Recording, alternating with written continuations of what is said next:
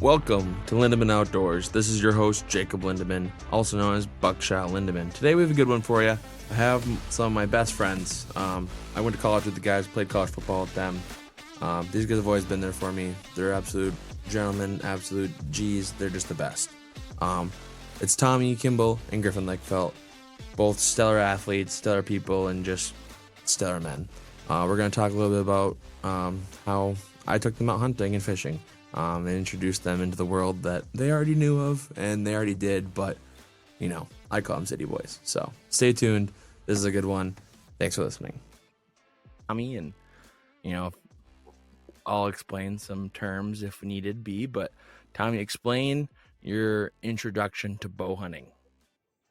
Yeah, so I mean, I've hunted before in the past, not deer hunting. I was a big pheasant hunter. I loved walking the corn stalks, and getting. He's good with a gun. He's good with a gun. Exactly.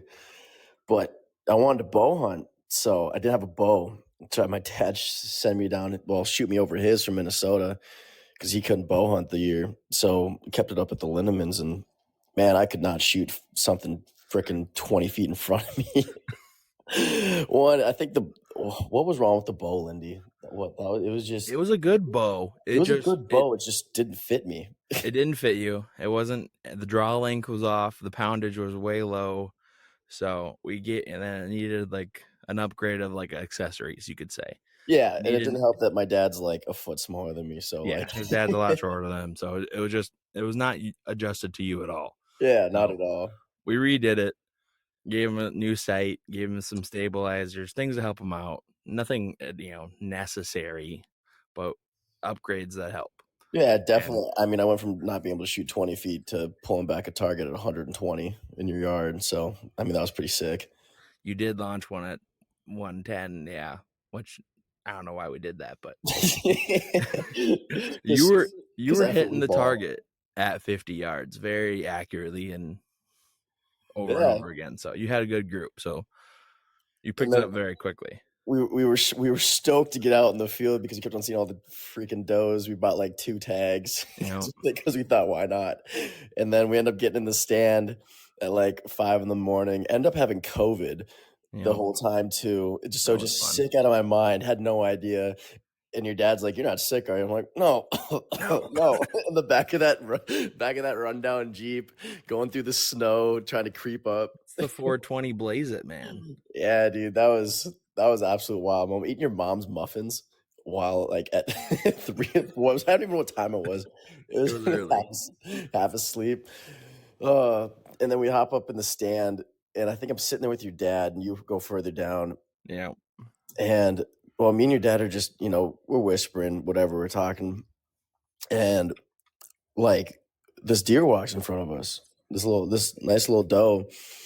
And it wouldn't quarter turn. It kept on facing just the absolute wrong way. And I just remember I went to draw back just in case. And, I'm not the weakest guy in the world. So like, but I could not pull that damn thing back. I was shaking so damn bad that I literally was just shaking in my boots. The buck fever's real, man. Yeah. That adrenaline rush, and I finally got it back, and this damn little like fox or wolf, not wolf, little something, coyote, I think it was. Yeah, it's coyote. Just peeps out far down the lane and just scares this thing off. The only thing we saw all day.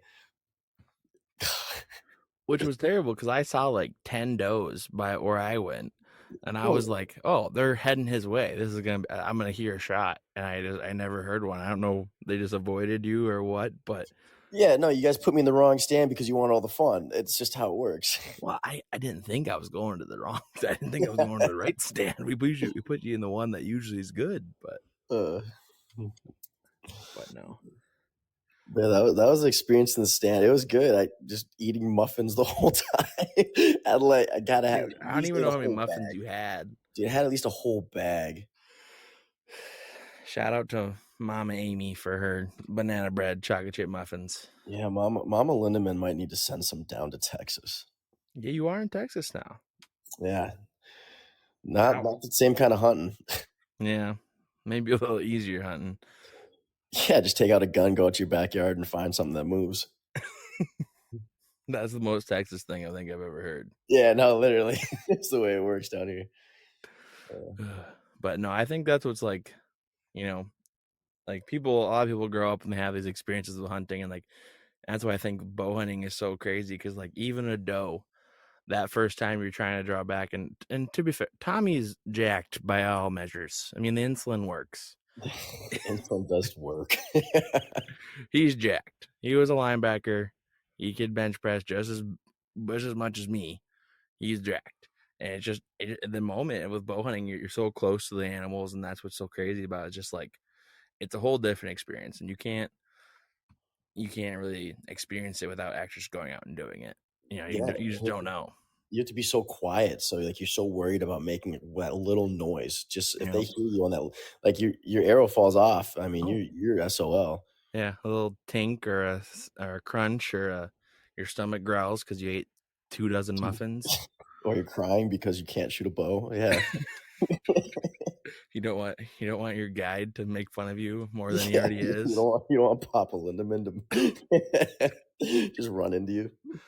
Ugh, but no, that's Papa it's Papa just Lindemann is ruthless. Just had to put that in there. Yeah, He that was man has no filter. Griffin knows what it's like to be in a boat or in the ice house when a fish is missed, or if he misses a fish. Mm, And just how my dad hates that. yeah, that is a bad deal. That was a bad, and I miss fish. That's just what I do. You I know, miss deer. I'm an Griff misses expert fish. fish misser over here. So No, but Griff, when we were talking, of course, I was talking about my fishing expeditions that I've all done growing up and stuff, and he's like, "Well, I fished. I just never caught a real fish, like a big fish." This is what he kept saying, and I was like, "Well, we can go." And so, yeah, I mean, was this your was it the first time you've been ice fishing, or you've like, oh, or it sure was. Is it? yeah, It's my turn now, huh? yeah, So I yeah, I grew up in Indiana. I used to go fishing all the time with my dad. But like, really, all you'd be catching is like some largemouth bass and some bluegills. Nice fish, great fish, whatever. But I moved to North Dakota and I see everyone's got this like 4 foot looking fish on their Instagram. I'm like, that is a fish. Like, I want to catch a fish, On And I the dating remember that profiles. photo. which Griffin is talking about, like a large northern pike. Yeah. Sorry. Just to Yeah, give a coloring in there the lines yeah. for the listeners. I appreciate that. So, Yep. and which side note, those just don't look cool on Instagram. I'll be the hot take. That's fine. But like, bro, if you're yeah. Anyways, neither here nor there. Nonetheless, I was like, it would be sick. I guess I say that and You have it on your spoil the Instagram. story. It is on my Instagram, so I guess you're right. But yeah, that was like my goal. Like, I wanted to catch a dinosaur looking fish. That was huge, and I had never been ice fishing, never been on a snowmobile, had Oh yeah, never I like I'd forgot never you. done any of that sort of stuff. And so kind of that weekend we went up, we spent like the whole first day just riding around on snowmobiles, Yeah, which was a ton of fun. We got a ton of snow. yeah, Um, yeah. and Griff so Griff learned how fast a 600 Polaris can go. yeah, I remember trying to hit these like little hills, and there's a video of me somewhere of me hitting this ramp where it felt like I was in the air for 10 seconds. And realistically, I got like a foot and a half of air, but Yeah. maybe. But so that was super fun. And then, yeah, driving out onto the ice was super cool experience. Fortunately, I'm very thankful. Like, it wasn't that cold or anything that day. Like, it was It was obviously cold, but like, it was a good day though. It was it like was a beautiful 20s. day. Yeah. And so, like, it was nice and warm. I wasn't, shivering all day and different things. So that was good. And I wish I could say I caught that big fish on on my actual line, Oh yeah, but like it on wasn't. rod and Right, it reel. was a tip up, Yep. and so there were three of us, and we each had a claimed tip up, and mine was the one that I guess that went. And I remember like pulling it in, and Jake was recording me as I like am reeling in or like hand reeling in this fish, right? And like when its face got to the hole, I couldn't believe how big it was. Like I didn't even think it was gonna fit through the hole at first. But Which he did hook into a bit. It was a 42-inch northern pike, just a big. It was fat too. It was just a big fat one.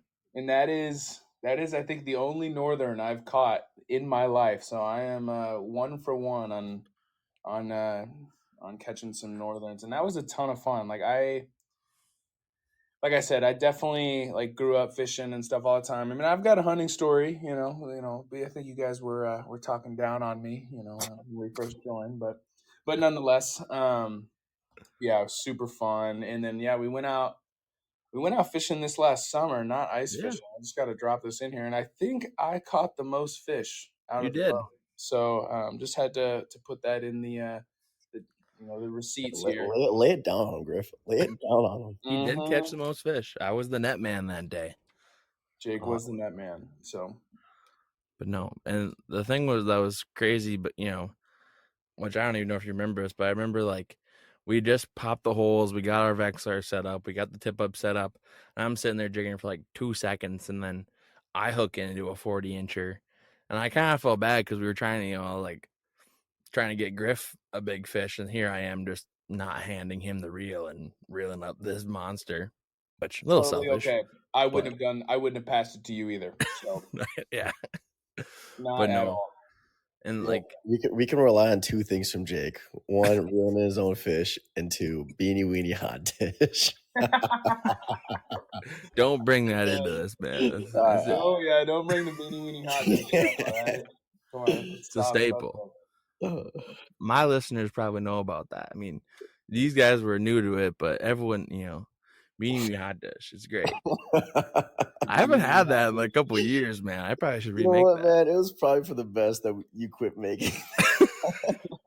Look, I have no doubt that it has its place and can be good. It's just for us, it's the memory of Jake and beanie weenie. Every week, hey guys, I made meal prep. It's a freaking container of just beanie weenie hot dish.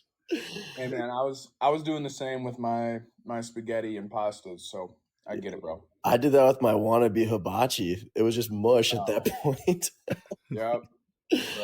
Right. That fish you caught was a master angler, so you have that.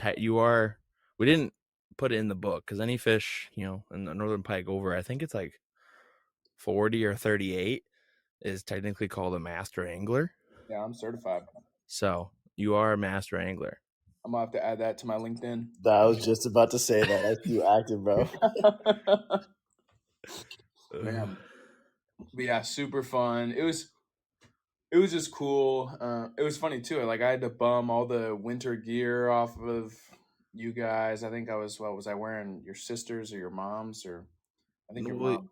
You were wearing I think you were wearing my mom's snow pants, her boots, my old coat, and then like you had I think you had mismatched gloves or something. I didn't think we could find that. I was bumming everything, but I was warm. That's all I needed, Yeah. So.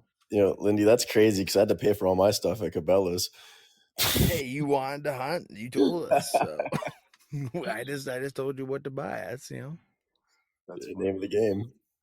Hey, I will say though, I was talking about bumming gear when we were snowmobiling. I was so jealous of Jake's helmet because he had I had this helmet and a mismatched set of goggles. We were just putting stuff together here, and so they don't completely match up. So my cheeks and nose were so wet and cold. I was like, dude, I'm so jealous of your helmet right now because it was all just what do you even call that? Like the visor on it. This is your goggles. It was just I saw it's decked out.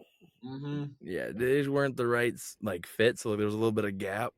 So any snow drift, which we happened to get like 2 feet of snow, then it was just there's so much just powder. Yeah. It was crazy, bro. I just remember we got stuck. We got stuck a lot of times. Well, you got stuck bad. Really got stuck. Yeah, you got stuck. You got stuck bad. Mm-hmm. Was that when we were all up there? No, you. because I know we went that snowmobiling once, and we got stuck so many damn times.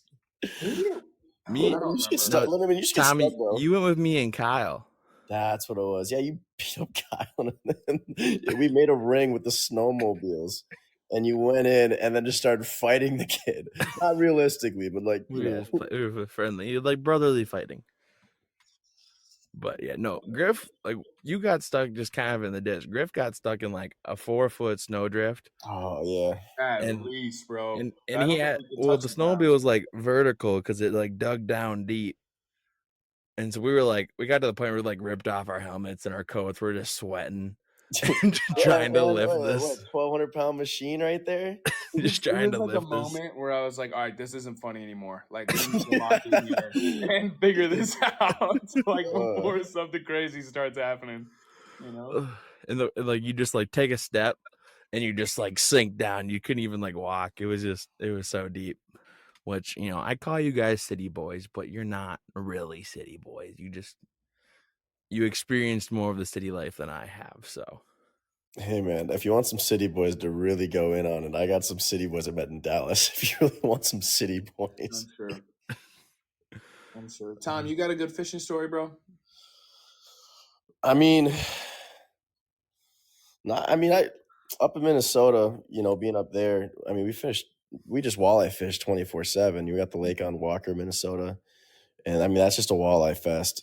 So I mean, there was this one time, actually a lot of times, we have a little hole right off our cabin where it's like an old resort where they kept deep down where they kept the buoy chain at for some reason all the way down this 30-foot drop off. It goes from like 8 feet to 30 feet within seconds. And all these walleye hang out there. And like we would go out there within the first like 30 minutes, we'd cap out and literally have to go back, drop off fish, and come back out just because of how much we were catching. Obviously to limit, but Insane. I was gonna say, obviously, you didn't go to the dock and drop off fish and go back out. no, I would never do No, that. you were catch and release. You're catch and release. At the point where we just found the best ones, and that's the ones we kept. I remember. I actually have a good story about my dad. He went out by himself. This was probably way before I was born, and this man, we had this little, like, we call it Old Grady. I'm talking like 1950s like metal boat with some like old wood seats, uncomfortable as can be, with a little like I want to say it was like 10 horsepower motor, so just something small. And the waves, he was catching fish left and right, but the waves are so bad that these waves were going over the side of his boat, and that by the time he got to shore, all the fish were just swimming around in like an Old Grady because the waves were so big that he literally, I think he said he got one fish from it because of how bad the waves were. Wait. There's So fish were coming into the boat from the waves, or no, the fish he caught. The ones he caught washed the fish out. The waves, so the ones he caught, it knocked over the bucket. The waves did. Yeah. So by the time he was trying to get back to shore and trying not to capsize, he literally had fish swimming at his feet. Like there's so much water from the waves in the boat. Yeah. I see. All right, I'm tracking. Dang. Yeah. Griff, you should, on this podcast, we're kind of anti-crossbow, which... Hey, leave your mom out of this. Hey, my mom's a good shot at the crossbow. But Griff has experienced crossbow hunting, which I've never talked to a successful crossbow hunter. So, Griff, I want you to tell the story. We got a couple of minutes left. Tell the story of your crossbow hunt. No problemo. So, yeah, I grew up in Indiana, suburb of Indianapolis, and from my understanding, it's very little, is that northern Indiana is pretty good deer hunting. And so You'd be right. I had basically my grandfather's brother, what would that be relation to me? My like great uncle or something? I don't know. He had some land out in like middle nowhere, northern Indiana, whatever. And so we went up there, and I did it the lamest way possible. We didn't have like a tree stand or anything. We just had a deer, like a blind, like just posted in the corner of this cornfield. And we were using a crossbow, and this wasn't the first time we had gone out. I think we went out once before, and I had never this is the one season I've been hunting because I mean I was always playing football and just wasn't that important to me.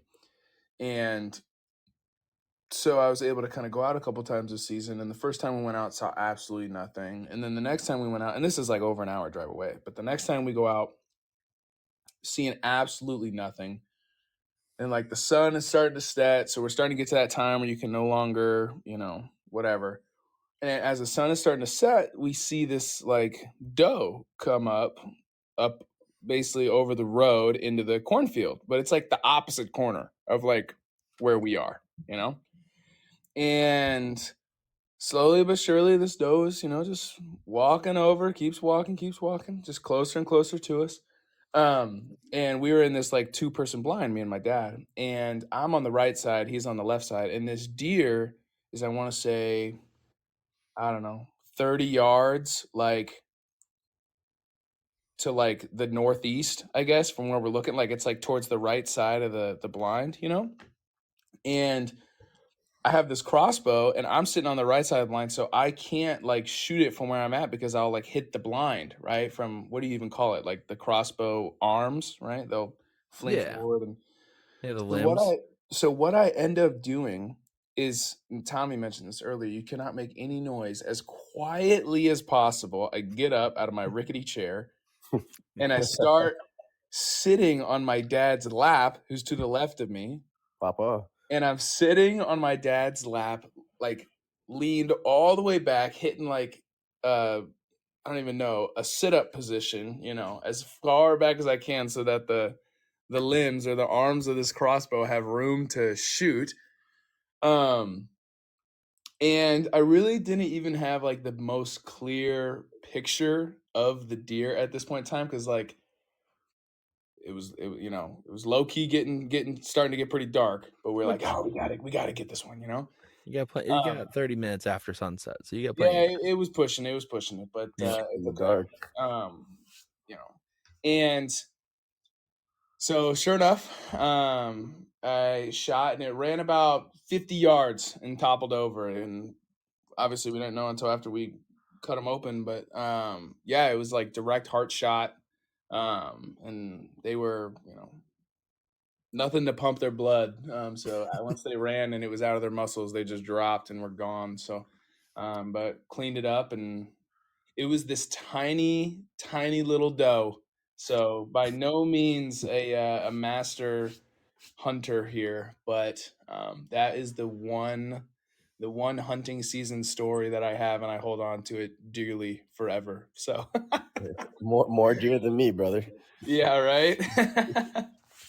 I mean, you're no master hunter, but you're a master angler, so you can keep that in the LinkedIn profile. We'll take it. It's all right. I'm master hunter here. Jacob, do you remember this story? Me and him were sitting in a blind before we even went up into the tree stand. Oh my gosh. And we're literally switching off, literally looking at each other, nodding, and taking naps, and just snoring so freaking loud that like we're literally just there's videos of just going back and forth or just passing out at like 4 a.m. until about 7. We spent like the last like 3 days like getting up early hunting, and we were sitting in this blind, like next to this pine tree in this meadow that we set up, and I was just like, hadn't seen a thing. It was like right as the sun coming up, so like it was getting kind of a little like the sun was warming you up a little bit. We had like these big coats. That's perfect nap temperature. Right? Oh, it it's was like so it's chilly, perfect. but you like had the big coat, and you like would tuck your chin under, Mm-hmm. and you just. That's exactly you how were. it sounded. You know what, Lindemann, we did see something though. You remember right when we walked in and that like 10-point buck Oh my nested gosh. right when we walked in, and I had a heart attack. And you guys were like, yep, that's normal. I'm sitting there like panting. Well, it was a big buck, and like that was the one we were obviously after, and so like we're of course we walk in. It's like basically it was like bedding, like maybe 5 yards from where we were gonna put the ground blind. So I mean, obviously good spot picking, Jacob and Tommy. But I'm putting that one to Jeremy. yeah, he did tell us where to go. It helps to have someone smart like him around, and we just start walking in there and like just like. I don't know, pops up like 5 yards away from Tommy and just gets up and they wait till the last moment and then they're gone. So yeah. It startled them, which That is is actually like, insane that you couldn't see it. Like, Yeah, well, the There- grass was so high. It was like slightly off, so it was an open field we were at. And yeah, like right to the left, there was just enough where like it had higher grass and just right in the edge of the trees where you can't see anything. yeah, And yeah, that's literally what we were walking through.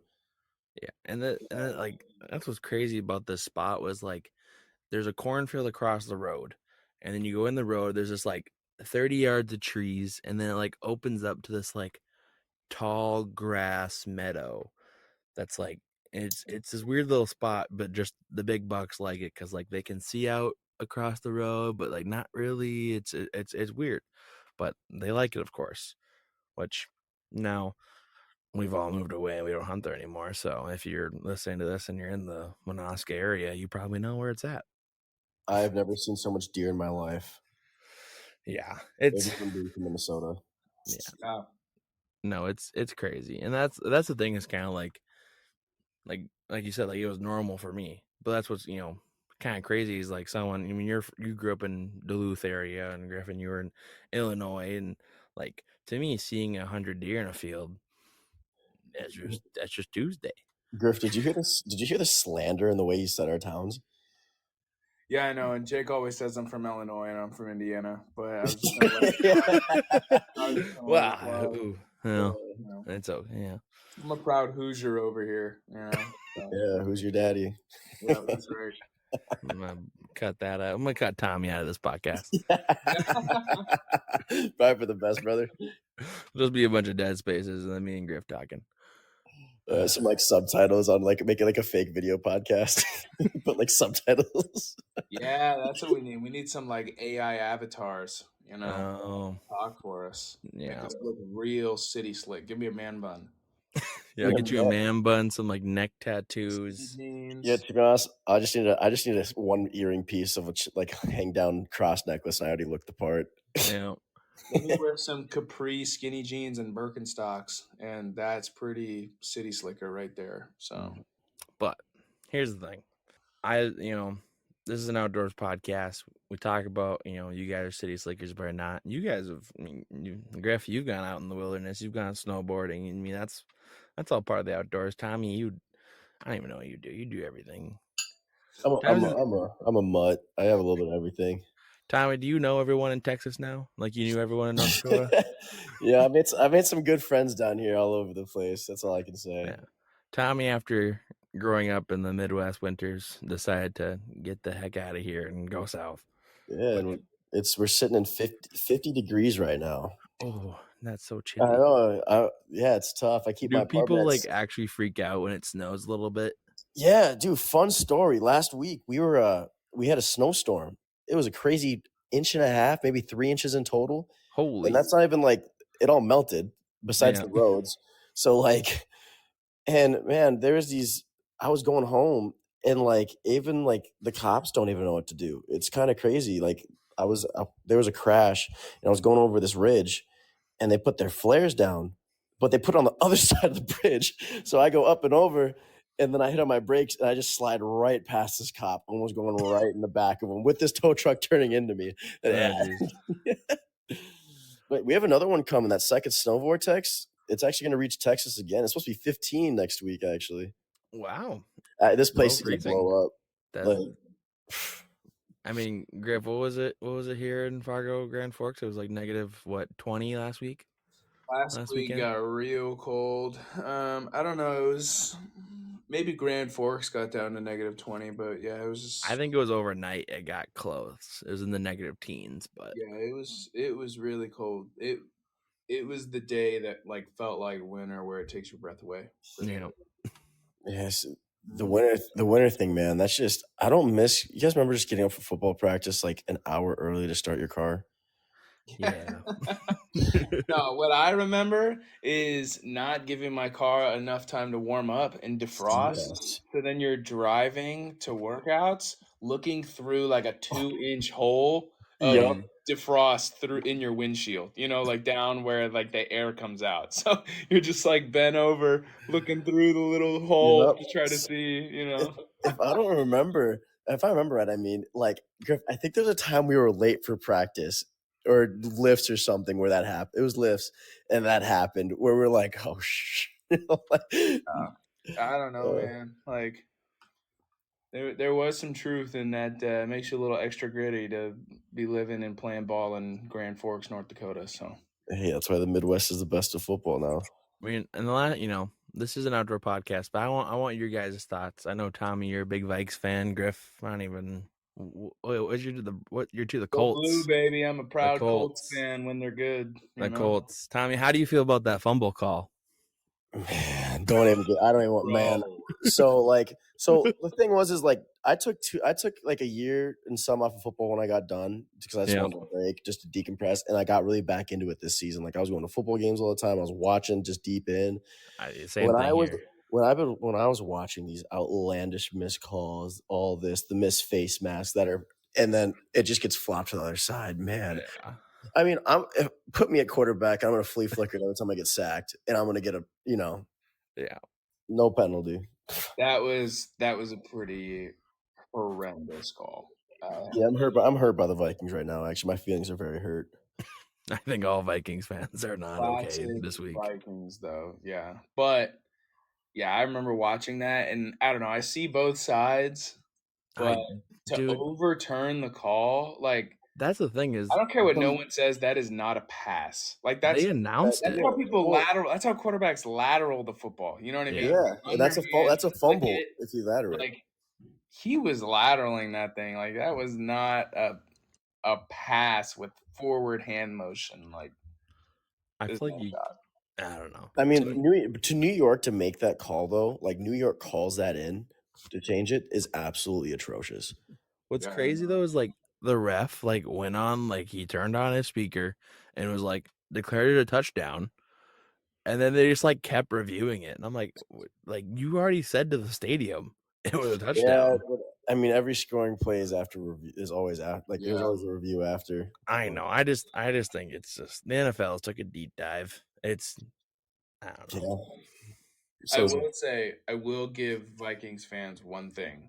I went to the Vikings Colts game this year, the one where the Colts scored 0 offensive points the entire game. Yeah, that one. But to a Vikings Colts game, and I gotta hand it to the Vikings. The in-game the experience of going to a Vikings game, the whole pregame with the fancy horn. It has some fancy name. I don't know what it's called, but with the horn, they had fake snow falling down everywhere. it was actually pretty sick. I wanted to hit a skull chant, but I couldn't for the principal. But my wife did proudly in her Indianapolis Colts hat hit a skull chant. So that's why we love her. It was. I gotta hand it to Vikings fans. The atmosphere is insane. Super cool. Well, I'm gonna let you guys. We'll wrap it up here. I'm gonna let you guys, shout out your instas, whatever you want to shout out, and then we'll close it up. So the floor is yours. Go ahead, Tom. Yeah, hey, follow me on Instagram, T Kims, baby. Let it ride. Yeah. And then I'm G Lickfeldt 53. You know what, Jay? You should just can you link them in the? I'll put them down, but you gotta say them to the people. Yeah, I gotta say I'm G Lickfeldt 53.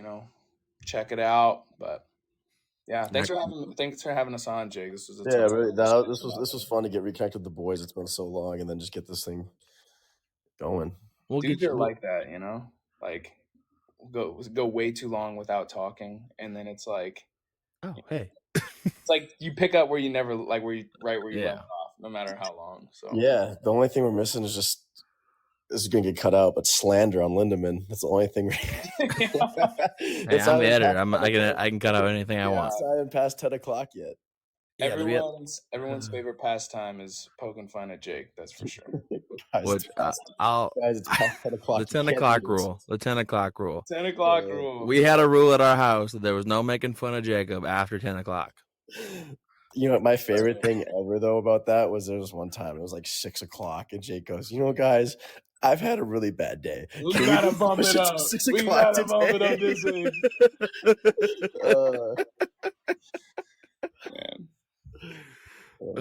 Well, boys, we'll be fishing here soon. Heck yeah, brother. Yeah, per usual, I'm gonna have that. I'm gonna try to get that weekend up in my cabin. Except, it's gonna be after your wedding. Never mind. Well, that's okay. I mean, as a married man, I can go fishing still. It's okay. Until Allie just nope. She says I can go because I'm sure she gets tired of me sometimes. I gotta get out of the house. Well, actually, all wives are technically invited. If you have a wife, they're invited. It's just girlfriends are not. Oh, okay. I see. So could That's I like- invite my wife and never mind. Sorry. Whoa, Alyssa, don't hear this. Yeah. Just kidding. I know one. I know one Rios you can invite for me. Oh my gosh. Wow. Okay, we're gonna cut it there. We're gonna end it We there. gotta leave it there. Thank you for listening. Next time we're gonna be watching. Go out there, fill the freezer. Have a good night.